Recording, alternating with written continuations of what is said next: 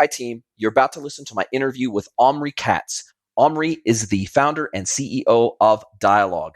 Dialogue is an e-commerce personalization platform designed from the ground up to democratize access to personalization technology for the smallest e-commerce merchants in the world, all the way to the largest merchants in the world using their low-code, no-code technology. Enjoy the interview.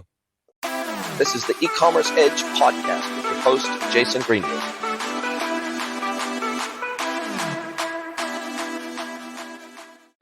Hello, everybody, and welcome to another amazing episode of the podcast. I have a guest today that I think you're going to really enjoy hearing from. He's got some pretty cool technology to tell us about, and I'd love to introduce you to Omri Katz and his technology platform, Dialogue. Welcome, Omri. Thank you, Jason. Glad to be here and have this discussion with you today. I love chatting with you today, and really looking forward to this. I've been looking forward to it since we got this locked into our calendars. Now, you're based in Tel Aviv, and we were talking off air just how big and fast growing and tight knit the Israeli tech / e-commerce ecosystem is. A number of Israel-based tech platforms on the podcast before, but it seems like you guys all know each other or know of each other and really support each other, which is really cool because it's germinating a heck of a lot of amazing stuff coming out of Israel, particularly focused on e-commerce.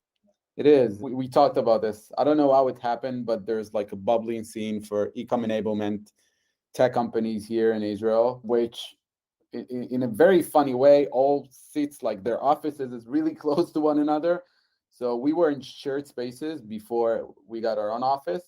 And inside those shared spaces, I think there were like 5 e-com enablement companies. So we were just having lunch together and talking and sharing ideas, going for a smoke downstairs from time to time. And now that we moved like a block away, still there's maybe 10, 15 companies around us all doing e-com enablement. And like from this ecosystem, which for some reason is relatively successful here in Israel and like selling to the US and selling to Canada, but doing everything from here. Yeah, that was the other really interesting thing is that almost all of these companies that I've been in contact with, their main target market is North America, specifically the United States market, but also tangentially the rest of North America, Canada, Mexico, etc. But it's really interesting because a lot of these companies will do, I guess, what's colloquially known as the flip, where they'll maybe incorporate maybe a headquarters or at least a satellite office in the United States to service the American market specifically, just because the American e-commerce market is so mature and advancing so rapidly. And it's a pretty fertile for tech companies to find a home. It is. We've done it as well. So funny enough, we have most of our sales team is here in Israel. We have an Aussie guy, we have someone from South Africa, we have from the UK, and all of them are actually selling to North America, which is funny. But then we now incorporated a company in the US, and we're going to get our first employee there soon. Yeah, for us specifically, we've seen that a lot of companies are targeting North America, specifically around the Shopify ecosystem, because I think that the companies there are more mature and there's obviously a lot of business, most likely more than any other geographic in the world. For us specifically for Dialogue, because, and I haven't started talking about what we do, but in terms of like our target market, we are selling to the US, but not necessarily. So we do have merchants, brands that we service in Europe, like mostly in the UK, but not just there. We have like French brands and also in the Netherlands. And funny enough, we onboarded 2 brands last week from the GCC from Dubai. So because of like this Shopify ecosystem and those clients that are mostly SMB, like small, medium size, sometimes mid-market and not enterprise, we find it pretty comfortable like reaching out to them across the ocean and having conversations and being in a way geo-agnostic. Yeah, really incredible. When we were on our way moving to Mexico, which is where myself and my wife live now, we went through Dubai, and I had never been to Dubai before. I'd heard all the amazing stories about Dubai, about the amazing market. You know, now that I've been there, we spent a week there, and it was an incredible place. Like the vibe there is just insane in terms of business growth, business incubation, obviously a lot of immigration happening there. It's truly a melting pot. It's very forward thinking. The government is spending billions of dollars there. E-commerce is absolutely exploding there. As we were talking to a lot of the locals, it's the UAE full stop is quite an incredible target market that I think a lot of Western brands and technologies overlook that market. But I think they're sleeping on what will turn out to be just a phenomenal opportunity for e-commerce over the next. Something very interesting about Dubai is that, at least here in Israel, like among people I know and my friends, there's this idea that most of the money, Dubai obviously is a very rich place, and when you've been there recently and you see it and you feel it, when you walk down the street and when you drive your car, those huge skyscrapers and this landscape, everything looks like amazing, and it's obviously a very rich place. But there's this idea that all this money is coming from either oil or gas and stuff like that they're just selling, which is not really true. And this is something I found out late, that this is how they actually started, but they used all the profits that came from oil and gas and they invested it into building a very fertile ground for companies to come in and enjoy like tax and enjoy a very supportive ecosystem and a lot of support from the government. And now I think that the business sector is 70% of the money generated in this country. So it's not gas and natural resources anymore, but it's actually the business there, which is thriving. And e-commerce is obviously part of it. Indeed, when you look at their golden visa program, when you look at the ability for people to easily get residency there with relatively minimal investment, when you look at their zero tax regime for companies that are deriving all their revenue from outside the UAE, when you look at the support that Abu Dhabi, which is where a lot of people think that there's oil in Dubai, it's not. It comes from the adjacent emirate, which is Abu Dhabi. That's really where the oil and the gas has come from. And so there has been absolutely that smart investment, because they realize that the oil and gas won't last forever, and they realize that opportunity won't last forever. And they have really worked very hard on that dual front, right? Not only courting businesses to operate from a headquarters and be domiciled in Dubai and operate from one of the free zones in Dubai, but also in the other Emirates. But secondarily, obviously, they've just made multiple billions of dollars worth of investment in building out tourist attractions and making Dubai an incredible tourist destination that Have you been to this place in Dubai now that you went with your family? Have you been to this flower garden? Have you seen? No, I heard about it. We didn't actually. We ran out of time. We were gonna do the flower garden, and we were also gonna do the frame. I don't know if you've heard of the frame, but we didn't get a chance to do either of those. We were just too busy with everything else. But I've heard that this flower garden is insane. This is spectacular. Really, there's so many attractions there. But this one, they have a real plane, and I don't know, a Boeing plane that they're not flying anymore. And it's covered by flowers, like all of it. You can't see anything but flowers. Like, this is an insane park. Everything that they do is insane. Yeah, no, it's pretty full on, but it's great that we went off track and got on to Dubai, because I think even though it's not directly related to dialogue and directly related to the Israeli tech ecosystem, I think it's interesting that the more that I travel, the more that it broadens my thinking about, even with the work that I do with my clients and the tech ecosystem in general. I think that travel like this, because we went to Dubai, we went to Barcelona, on our way to Mexico, and the more travel that I do and the more that I learn about local markets and how they operate in their domestic market, combined with how they go to the world and how they plan their go-to-market activities and the timelines that they think in and operate in overseas. Oftentimes, we particularly in the West and particularly in the States, can be pretty short-sighted. Everything is measured in quarters, and it can often be short-sighted. But one of the things that I've really learned, the more that I travel, the more that I see the world through different eyes, the more I realize that most countries, most governments, etc., they have a much longer timeline to their thinking. They're thinking in decades. They're planning for 10, 20, 30, 50 years out. They're planning in terms of things that the things that they're working on, they may never actually get to see in their lifetime. And so this long-sightedness, I think, is something that we all can learn from, even in our own business, in our own life. I think building for the future even if we will not ultimately necessarily benefit from that, I think it alters the way we approach the world, and we are a little bit more cautious and a little bit more thoughtful about our impact on the world and future generations when we think that way. For sure. 100% agree. And you know what? Part of what we do, dialogue, and maybe I'll take a second to explain in a minute, but part of what we do with our clients is we come up and say, all right, we offer you the technology, but not just that, we want to be partners with you. So we want to come up with best practices because we are exposed to that many clients from that many geographies. And we want to come up with new ideas of how you can optimize your experience, how you can use dialogue to the best extent of it and really generate this uplift that you're looking for. And basically we have our CSMs team that are working hand in hand with the e-commerce manager, with the brands we partner with, and give them like added value regardless of the platform from stuff that they are exposed to with other merchants. So we're trying to share this information with them.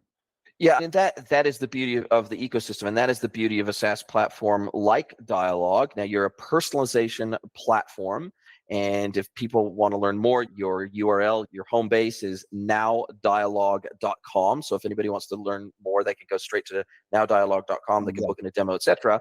But you are a personalization platform. And for people that haven't heard of Dialogue before, but maybe have heard of a platform like Nosto or some of the other Monetate, some of the other personalization platforms for e-commerce out there, I'm guessing that is the nearest type of technology to what you guys do that someone in the ecosystem may have heard of before. Yeah. And obviously there's a big overlap there, but there are also a lot of other things that we're doing, which we try to innovate a lot of the times. Maybe I'll take a second to explain what we do and why I started Dialogue in the first place. And then maybe we can give a few examples so it would be easier to understand. So basically Dialogue, as you said, we are a personalization platform. We also like to call it an experience optimization platform. Basically Dialogue at the end of the day helps brands optimize their site. They invest so much money in user acquisition. They invest so much money in bringing on potential clients. And then the minute those clients go into the site, then you tend to forget about them. But there's a whole journey that you need to make sure that it's fully optimized, that your brand actually resonate its message with the potential client, give them the right recommendations at any given moment, show them the right messaging, give them the right content, tailor to each user as much as possible. This is the main idea of what we're trying to do. And we prove that it's actually working, that it's moving the needles for brands that we work with. So brand starts working with us, suddenly the website becomes dynamic, it becomes smarter, becomes more personalized. Each user gets a different experience to shorten the path to a successful conversion. The reason why I started Dialogue in the first place is, first of all, maybe a few words about myself. I'm coming from a tech background, then pivoted into business. I studied law and business because I was curious law. I knew that I don't want to be a lawyer, but I studied it and founded my first startup during school. A few years after, I started with a childhood friend. I started selling on Amazon, and I've opened a Shopify store doing like drop shipping for all kind of different products. And we started facing this issue of the conversion rates and how you can optimize your store and increase KPIs, not just spending so much money on ads. And I started exploring this ecosystem. And since I'm coming from like a tech background, I started thinking with a product orientation mindset of what we can do to create this more optimized experience for users that coming to the store. And what I found there is that there's those solutions that you've mentioned. So companies like Nosto and Monetate, and back then there was Dynamic Yield, which were, at my taste, were very expensive for a small merchant or a medium-sized merchant. Very expensive and in a way complicated. And I remember I spoke with all of them, and they said, listen, there's no way for you to operate what we give you. So you need a CS. And I remember the prices were like insane. And I'm looking at the platform, and there's tons of opportunities. Those are amazing solutions for enterprises. There's so many features and so many capabilities, and they're very robust. But at the end of the day, I felt like it's not a perfect match. If you're a small, medium-sized merchant, you have so much on your plate, you're understaffed most of the time, and you need something like a technology that's going to work for you, not the other way around. And this is why I decided to start Dialogue. And funny enough, one of the co-founders of Dynamic Yield and one of their early stage investors were interested about this idea, and they invested in Dialogue. They were the first investors, and this is how I start. And basically, this is what we want to do. We want to go to this part of the market those SMBs, mid-market companies, and say, listen, if you're looking for something that's going to move the needle for you, you don't need to work for that. You don't need to be experts. You don't need to pour tons of money. Then Dialog is the solution for you. We are bringing the technology that was saved up until now for the enterprises. We want to open it to the entire market. We want to give you the option to optimize your store very quickly. Don't kill yourself to do it. The platform going to work for you. And also, if you want, we have the customer success as a service to give you more added value as the best practices and stuff like that can help you do that. But the platform itself is self-serve. It's super, super easy. For Shopify specifically, we have a native app. So everything is a drag and drop experience, very colorful. It's no code completely. So you don't need to hire like a developer or an agency. At the end of the day, super simple, super fast. Wow, what an amazing story to get where you are. And you had firsthand experience, which allowed you to go into a very blue ocean space. Yes, there were competitors out there, but not at the demo that you were targeting and not at the niche that you were targeting. And I love the fact that your whole concept behind this was, hey, I actually want to democratize access to this type of technology and not leave it for the enterprise. Because you're right, a lot of the solutions that have been around for a long time and they're very well known and their brand is everywhere, that they are very expensive technologies. They're very expensive. And I think one of the things that gets lost in the shuffle of that consideration of price and ROI and all that sort of stuff is the timeline and the complexity of implementation as well. Because a lot of personalization platforms, they're really complex to implement. They're very time consuming to implement. You have to have your agency do the implementation because it is that complex. And obviously it's really impacting the theme engine and you have to, it's a coding exercise, right? And so I think the combination of trying to bring down the price, meaning the SaaS price of the technology, combined with your low/no code approach to implementation means that technology that was once really only accessible by mid-enterprise and larger, say they would need to be doing anywhere from 20, 30, 40 million dollars or more in GMV to really be able to justify that level of technology spend and implementation effort. And I love the fact that your goal was, how can I democratize this technology even down to the SMB? So funny story. I remember a year or year and a half after I founded the company, I've bumped into an article that says one of the leading research institutions, like a really good one, I'm not sure which one was it, like a McKinsey or something like that. They've said, why do we think that in the next 5 to 10 years, personalization for e-commerce is going to die? So that was the headline, something like that.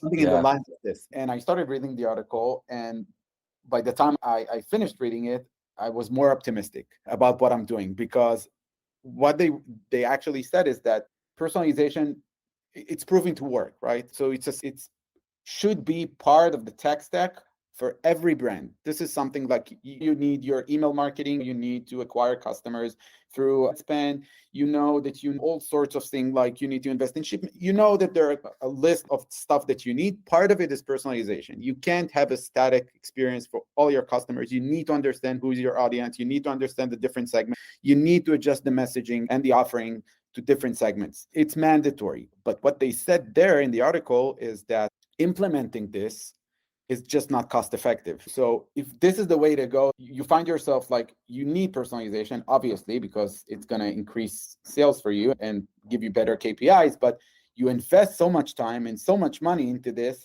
And at the end of the day, when you look, what happened during the last year, it's just not cost effective. And that was examining those enterprise, very complicated solutions. And that kind of proved me that I'm going in the right direction with what's trying to do, which is trying to cut cost for them, trying to cut all those long processes, try to automate as many processes as possible. So they just don't need to handle this in terms of putting their time, and just something that at the end of the day be cost effective. And this is how we measure ourselves, by the way. We measure ourselves really ROI positive. And if we're not able to be very influential in terms of achieving our clients 5 to 10 to 15x sometimes on their investment, this is just not something that is interesting for us. Wow. And this industry has gone through tremendous change over the last 5 to 10 years. We have had completely independent technologies. I know, because I've had to implement this as a merchant before.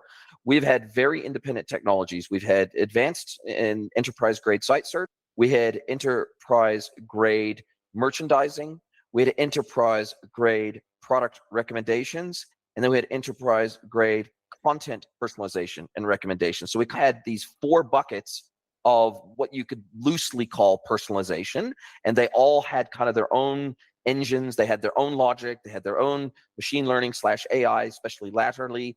And what we're seeing consolidation across the board in the personalization market. And we're seeing rationalization of the technology. So now oftentimes you get search and merch and they're in one platform, and then you get product personalization in another platform. But what you guys have done, and what I really like, now I've never used your platform before, but at least from what I can tell from your collateral, is that you have combined 2 of the big puzzle pieces together in one platform. And that's not only product recommendation personalization, but it's also content personalization and customer segmentation. Oftentimes, those are separate technologies that don't share data with each other. They don't help improve both elements of that together in a uniform way, and they don't feed data to each other. And so I feel like that's a pretty unique value proposition for you guys.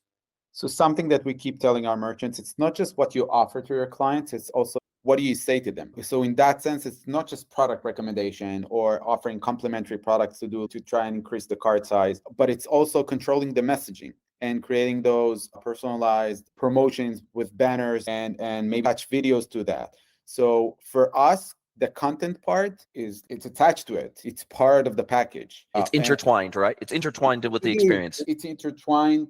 And we have developed something that we're very proud of. It's called a messaging panel inside the platform that basically can control everything. So even if you're doing product recommendation carousel, right? And it's based on the AI algorithm and it's running free and it's showing relevant personalized product to each user, we're saying, okay, you also have the option to control the messaging. So instead of just, let's say that a user comes to your store and this is now, I don't know, a first-time user, first time on your store.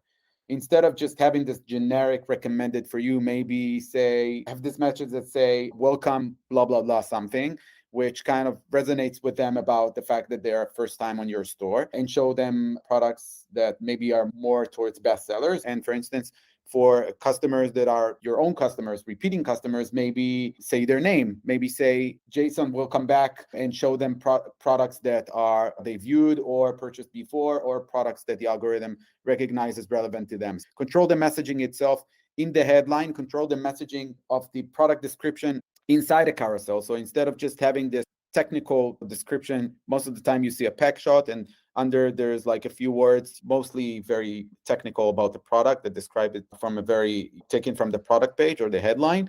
So you can also, using this messaging panel that we built, you can also control it and make it even more salesy and make it more personalized even there. On top of that, something additional that we've added is a connection to ChatGPT. Now using OpenAI, you are able to generate banners through the platform that will be generated. You can generate text for them, and then each banner will be personalized. So everything is connected. And that is so crucial, right? So if you know the data about the individual that's visiting, especially once they're authenticated, then you truly know everything there is about them. But if the experience that the customer is having across the website is informing both the type of messaging that they would need to receive around that product, around that experience, around that category, around whatever it is that you're trying to present to them in a meaningful way that can help and assist in conversion, then oftentimes that means they need to be better informed,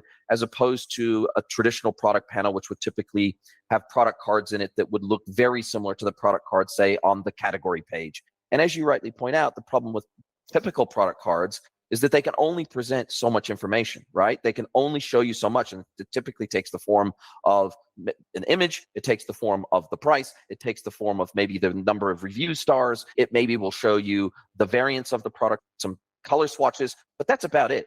There's no room really in that space of a product card to give the amount of information that most customers or potential customers are going to want to have around that product to be able to fully inform their purchase decision and get them to actually add that product to the cart. One of the things that we're trying to do is offer our merchants the ability to enrich their feed. And this is something that is done through the platform. As a merchant, you obviously have your product feed, which represents your inventory. Most of the feeds looks the same. So inside all of the products, the title, the description, the pack shot images, and maybe a few tags that describing the product.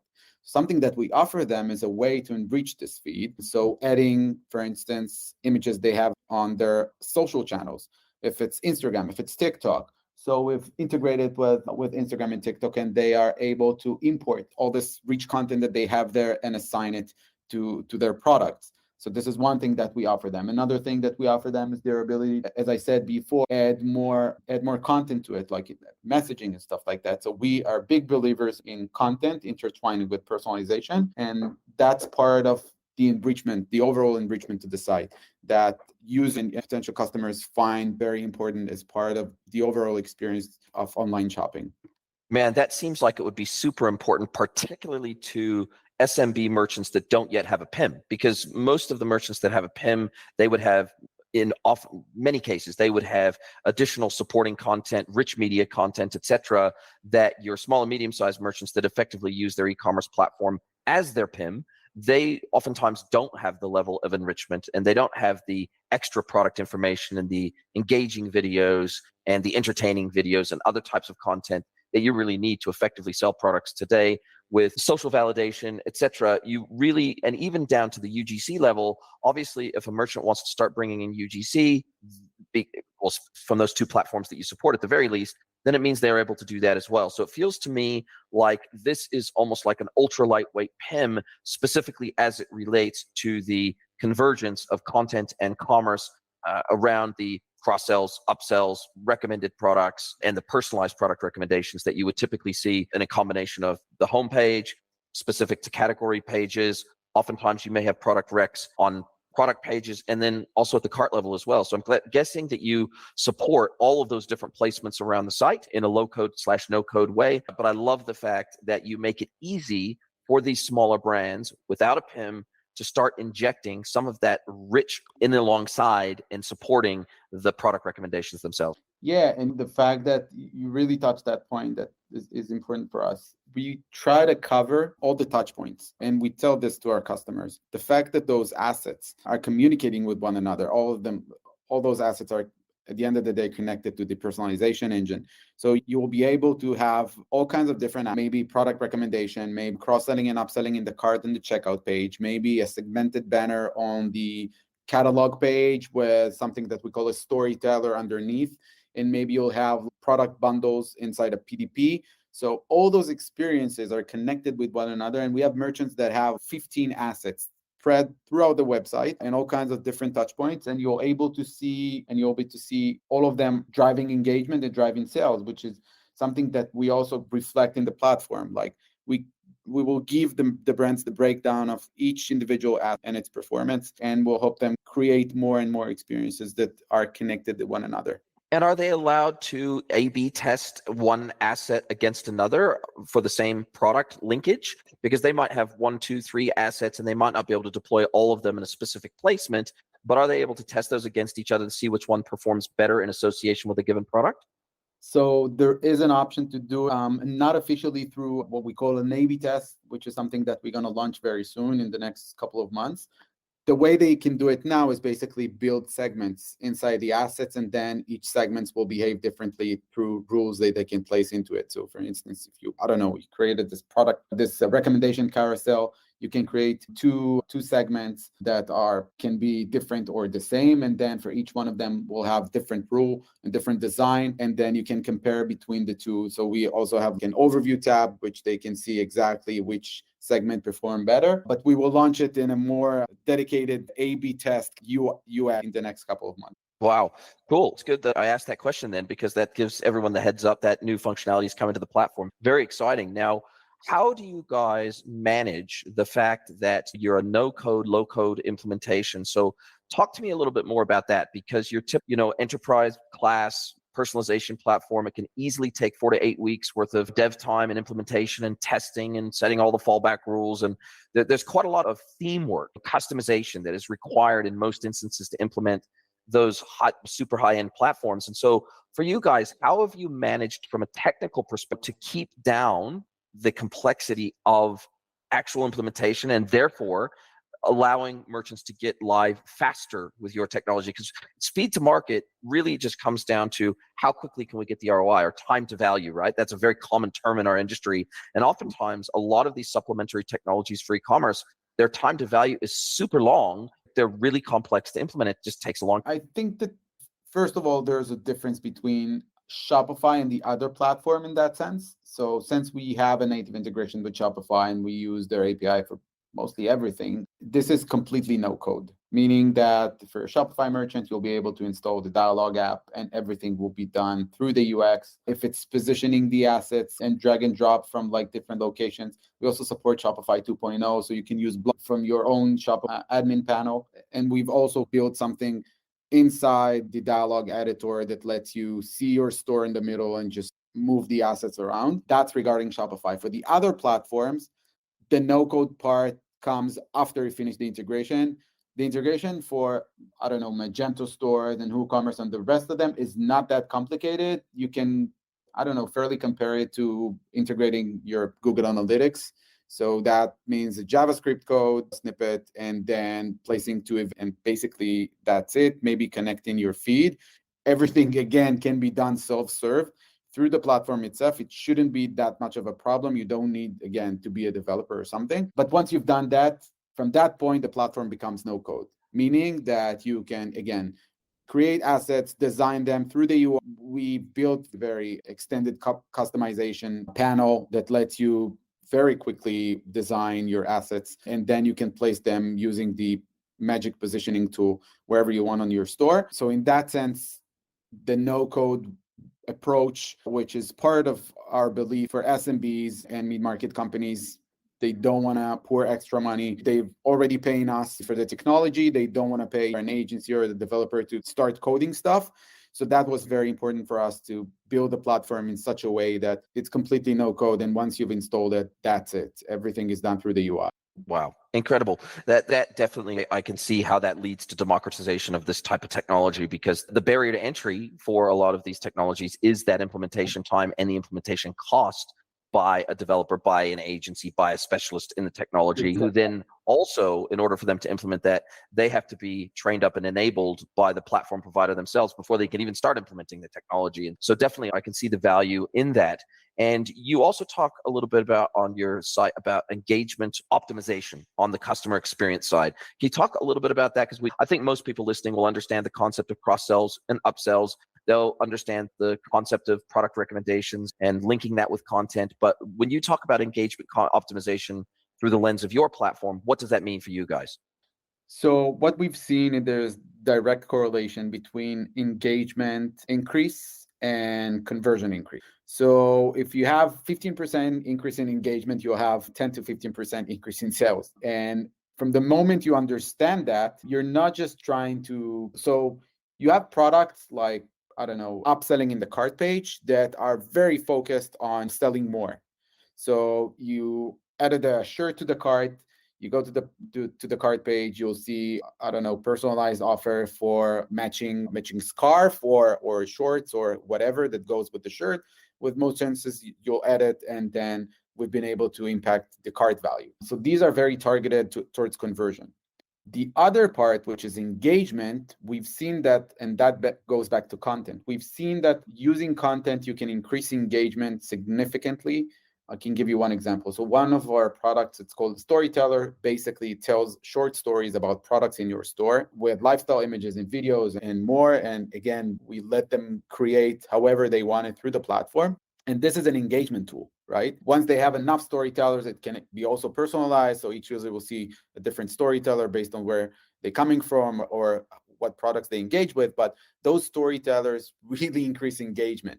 So users can click and scroll through and read about products, read short stories about them. It lets the brand kind of communicate with their audience. It increases engagement immediately. And we've seen that it actually leads to sales. So this is another kind of a way for us to move the needles for our merchants. Love it. I do really appreciate the fact that you guys break down the platform into these three buckets, right? This e-commerce personalization, which e-commerce managers, for example, or CDOs would understand what that is. Then those tools within the platform that fall into the bucket of conversion rate optimization, cross-selling, upselling, and I guess it's also AOV optimization, for lack of a better term, as well. And then also the customer experience piece, which is the piece that I think really sets you guys apart. So I like that you break down the platform into kind of these three main buckets of functionality that's really clear to me, that even if somebody's got a startup and they've only been selling on Shopify for 6 months, but feels very much, and let's say they're not that experienced with e-commerce, it feels like the way in which you tailor your platform and the way that in which you position your platform and the way in which you explain your platform can be really simply understood by people that just don't have a lot of experience with this stuff yet and don't really understand how they can start weaving machine learning and AI into their customer journey outside of a platform like yours. And what I'm seeing in the market is that very few merchants in the world, probably only the top 1, 2, maybe 3% max of merchants in the world, are going to be implementing their own AI solutions built on something like AWS's AI and consuming that as a service and then creating a customer journey based on that. They're going to consume the vast majority of their high-end machine learning and AI tech is going to be via platforms like yours that plug into their existing selling tools automatically. And like you've talked about using ChatGPT, they're never going to implement, for example, and they're never going to integrate ChatGPT directly into their platform by consuming the ChatGPT API. They're just not going to do that.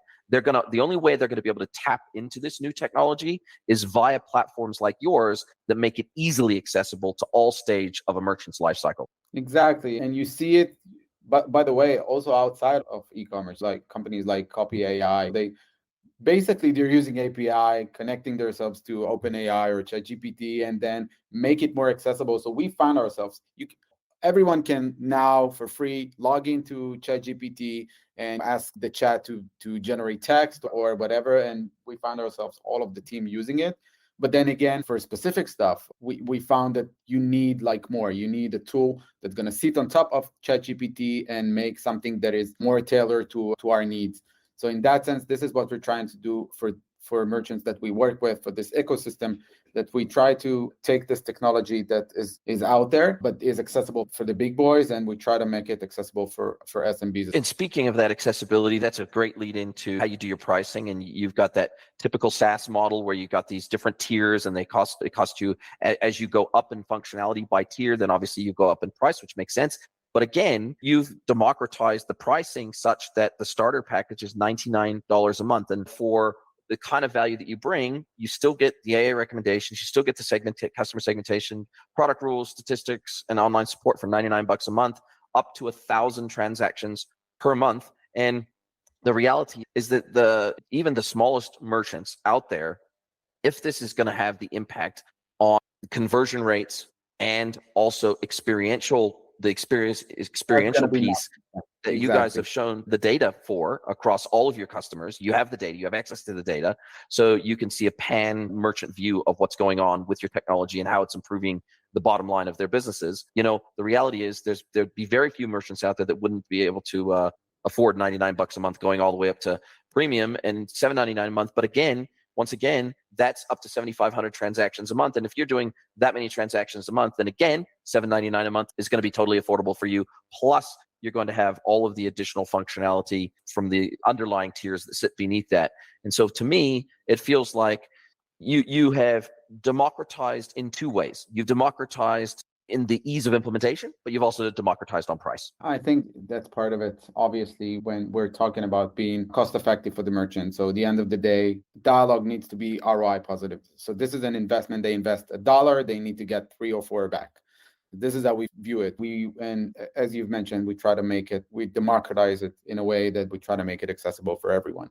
Most of the time, we suggest them to go for the premium or the professional packages, but we do have a lot of merchants that are using the starter and the business packages for getting the next step of AI recommendations and cross-selling capabilities on their store. Well, and obviously, if they start out at the lower end because they're a smaller business, then obviously you're going to help move the lever in their business, and then that contributes enough additional revenue and profitability to the business that now that they can afford to be and justifies their further investment in the professional and premium plan. It makes complete sense. What is coming from your perspective? Is there anything your customers would love to have from you today that you don't offer, or things in your platform that you'd love to add over the next, say, 12, 18 months? What's on the product roadmap for you guys?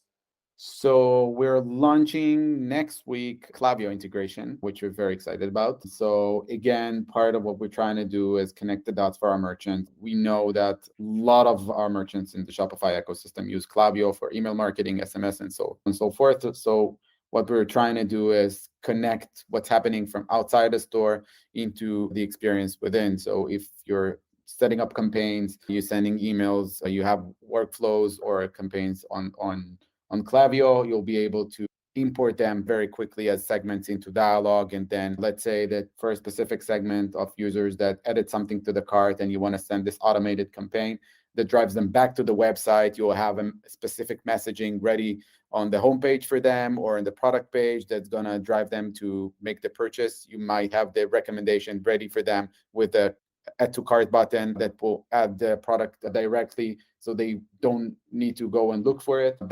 That's something we're really excited about, and we're launching it next week. And for the coming year, content is really a big part of what we want to focus on. So we want to improve content capabilities, automate the generation of content, connecting it with the other assets in the platform. So this is for sure something that we'll keep optimizing and improving. And the ChatGPT integration, what we've just started, is something that we want to build more and more capabilities on. And how dependent are you on, if at all, on third-party cookies, which are obviously going to go the way of the dodo, and with some of the privacy changes in iOS, that's hampering some of the data coming into the likes of Klaviyo. So how dependent are you guys on third-party cookies, if at all, to make your technology work consistently across sessions? So that's only part of it. The cookies, we have all kinds of different techniques, which is part of our secret sauce, and I can't really share them here, of ways to get more data, relevant data about customers, to know more about them. But cookies is just part of it. We know that we are going towards a world without any cookies, and we've taken steps to gain data in other ways, which are going to be compliant to the new guidelines. And how do you help ensure that a merchant doesn't over-personalize, so that they retain some of the surprise and delight factor that you want to have as a merchant, you want to provide as a merchant throughout the discovery process? How do you ensure that people don't over hyper-personalize, and combined with the fact that sometimes when a shopper comes to a website, they're not shopping for themselves, they might be shopping for somebody else, and so therefore everything you know about that immediate shopper may not apply, because they might not be shopping for themselves, maybe shopping for somebody else. So how do you guys help merchants achieve that balance between over personalization and some of the other experience discovery factors? I'm not sure if I would call it over personalization, because I don't think that there's enough data out there to know that much information about a user to over personalize their experience. But we do give our merchants the option to set up their own rules and customize the recommendations if they like to. So they do have the option to either build their carousels from scratch or use the automated ones and place layers on top of them. As I said before, for instance, if they want to take like this product carousel and they want to create a segment, a really specific segment for, I don't know, heavy spenders. So users that usually spend more than the average AOV on the store. So they can create the segment and place a specific rule, and then they know which segment will see what product specifically, and they can also adjust the messaging to it. But I think that as an overall idea, what we're trying to do is there's never 100%. You'll never understand each individual user's intent. There's no way doing it in online. We know that. We invest our lives into it, and we know that. But what we're trying to do to brands we work with is give them an additional 30% or 40%, and that will be enough to create this dynamic personalized experience on their store. So it's not every individual user will know exactly what their intent at any given moment, but we will be far better than what they have right now.